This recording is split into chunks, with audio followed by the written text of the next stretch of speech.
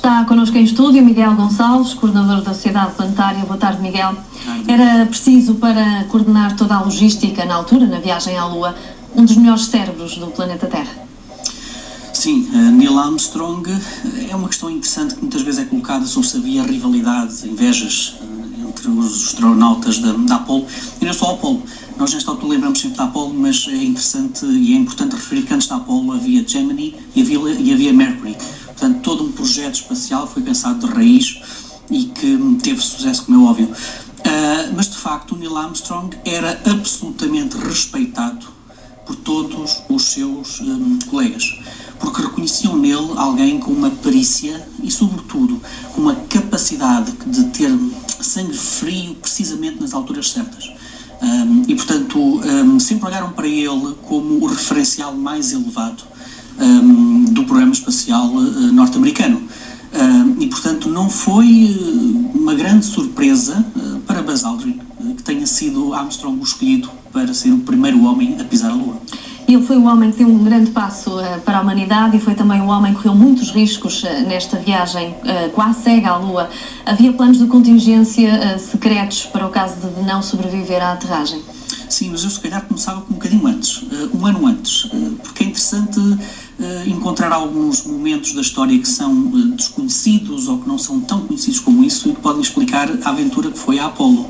É engraçado que em 8 de maio de 68 Neil Armstrong poderia ter morrido, precisamente em testes que estava a fazer para de pilotagem, no fundo, do Spider, que eles chamavam Spider, que é aquele módulozinho que desce para a Lua. Ele, a 8 de maio de 68, esse módulo explode em pleno ar e poucos segundos antes Neil Armstrong ejeta-se e consegue safar-se, no fundo, da morte certa.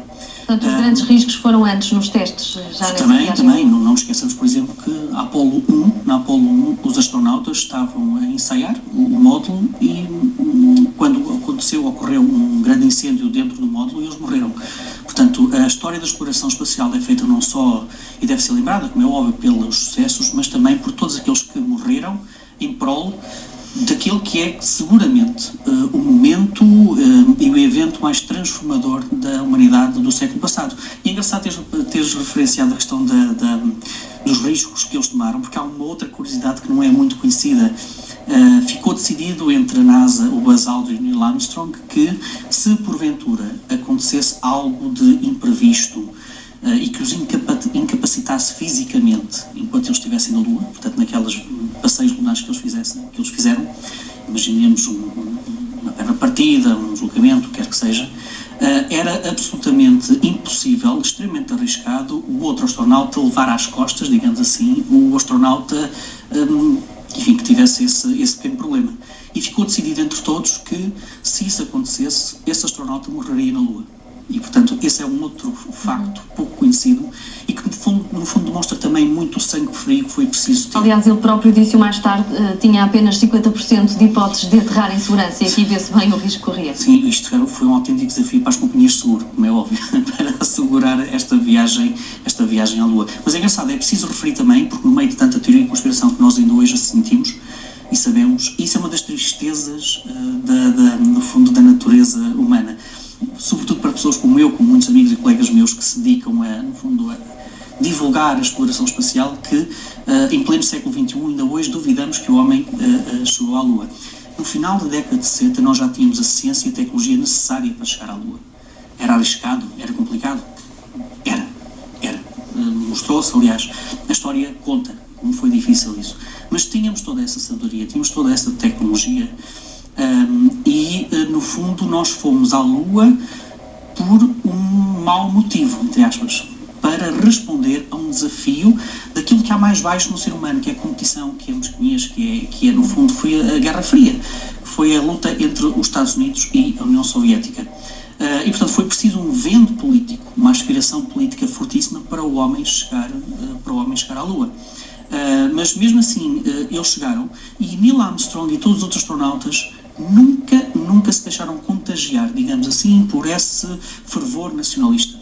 Para eles, o que estava em causa era uma proeza humana. Era chegar à Lua em nome da humanidade.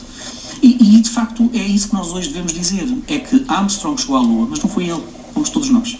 E não está nos horizontes das explorações voltar à Lua? Está.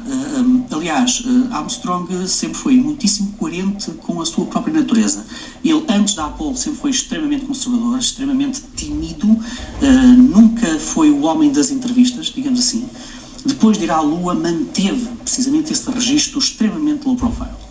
Curiosamente, nos últimos anos, ele apareceu publicamente, de maneira muito mais intensa, como sendo um dos rostos visíveis contra a política espacial de Obama, que no fundo diz que devemos entregar a exploração espacial, sobretudo encorajando os privados.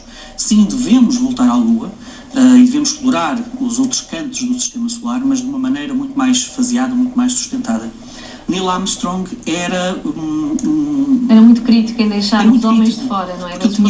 Eu não sei se ele pertencia ou não ao Partido Republicano, mas ele aderia às convicções do Partido Republicano. Ele chega à Lua com um presidente republicano, apesar da inspiração de ter sido o democrata John F. Kennedy, mas Neil Armstrong sempre defendeu a teoria, a visão de George Bush para a exploração espacial, que previa chegar à Lua e construir colónias na Lua muitíssimo rapidamente, em 2030, antes de 2030, chegar a Marte também muito rapidamente. E ele sempre foi muito a favor desse tipo de política de George W. Bush, que tinha um grave problema, que era muito bonito, mas não tinha sustentação financeira. Mas Armstrong, de facto, ultimamente aparecia nas televisões, nas rádios, nos jornais. Ele escreveu um editorial para o New York Times em que se opunha, de facto, à visão de Obama para o espaço, que no fundo defende também o regresso à Lua. Se calhar é muito mais até realista em chegar à Lua do que propriamente em chegar a Marte. Mas hoje em dia a competição para chegar à Lua dá-se sobretudo pelos privados. Eu relembro que nós vivemos num tempo em que foi constituído o Google Lunar X Prize, portanto um prémio patrocinado pelo Google, em que atribui uma pequena fortuna à primeira nave privada que consiga chegar à Lua e regressar. Portanto, o estímulo para chegar à Lua, e a Lua parece-nos ali tão perto, continua, e sobretudo pelas mãos dos privados. Portanto, são contingências financeiras que nos podem impedir, ou que são neste momento um entrave para regressar à Lua? São, sobretudo, aqueles sonhos mais extraordinários que nós tínhamos. Pouco depois da chegada do homem à Lua, parecia que o ser humano ia andar no sistema solar como se fosse com simples pegados, como se fosse um simples passeio para o ser humano. Ou seja, chegámos à Lua, portanto, daqui a um bocado estamos em Marte e isto vai ser um passeio. A parte triste no meio disto tudo é que, para que o homem consiga chegar a outros locais do sistema solar, nós precisamos, autenticamente, de pactos de regime. Porque são sempre planos de médio e longo prazo que necessitam de uma cumplicidade da política. Porque é, obviamente, a política que dá a sustentação financeira para os sonhos mais ambiciosos. Esse é o principal obstáculo na viagem também a Marte? Sim, claramente. Nós hoje também temos a ciência e tecnologia que nos permite chegar a Marte. É claro que ainda precisamos de conhecer muitíssimo mais o próprio ser humano, o corpo do ser humano, nestas nossas viagens, nas possíveis viagens a Marte. Mas a ciência e a tecnologia está cá. Temos essa capacidade tecnológica para chegar a Marte. E eu acho que uma das grandes lições da Apollo e da chegada do homem à Lua é tão simples quanto isto. Reparem o que é que o ser humano, apostando na ciência e tecnologia, apenas 2-3% de um orçamento, consegue fazer. Eu costumo dizer que nós, a nossa geração, é herdeira da Apollo, e basta ir ao Google e colocar spin-offs de exploração espacial e encontramos toda uma cascata de informação que nos mostra como é que hoje em dia o nosso cotidiano, a exploração espacial, modificou por inteiro a maneira como comemos, vestimos, comunicamos, tudo mais alguma coisa. E tudo isso foi feito, obviamente na altura com 5-6% do orçamento, mas todo este investimento em ciência e tecnologia, por parte dos nossos líderes políticos, é feito à custa de 2-3% do orçamento. E transforma-nos autenticamente. Portanto, sim, é possível ir a Marte. Devemos apostar então mais nessas explorações. Miguel Gonçalves, muito obrigada pelos teus esclarecimentos. Um bom fim de semana.